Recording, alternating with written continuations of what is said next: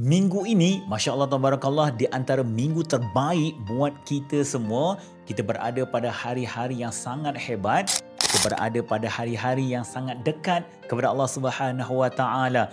Esok, tuan-tuan dan puan-puan, kita akan masuk kepada malam Tarwiyah, iaitu malam berhias buat mereka yang akan menunaikan haji pada tahun ini.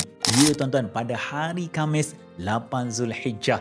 Kemudian pada 9 Zulhijjah, iaitu hari Jumaat, gandaan yang sangat luar biasa, hari Jumaat dan hari Arafah. Hari Sabtu pula, tuan-tuan dan puan-puan, adalah hari raya Aidil Adha dan diikuti 3 hari tasyrik, Ahad, Isnin, Selasa. Tuan-tuan dan puan-puan, nampak tak bagaimana hari-hari yang akan mendatang kepada kita tak lama lagi merupakan hari-hari yang sangat luar biasa. Moga Allah mengizinkan kita untuk menjadi seorang hamba yang mampu mempertingkatkan ibadah, jauhkan diri daripada maksiat dan banyak melakukan kebaikan pada hari-hari tersebut. Allahu Akbar. Allah izinkan kita berada pada minggu yang terbaik dan meniti hari-hari yang sangat luar biasa.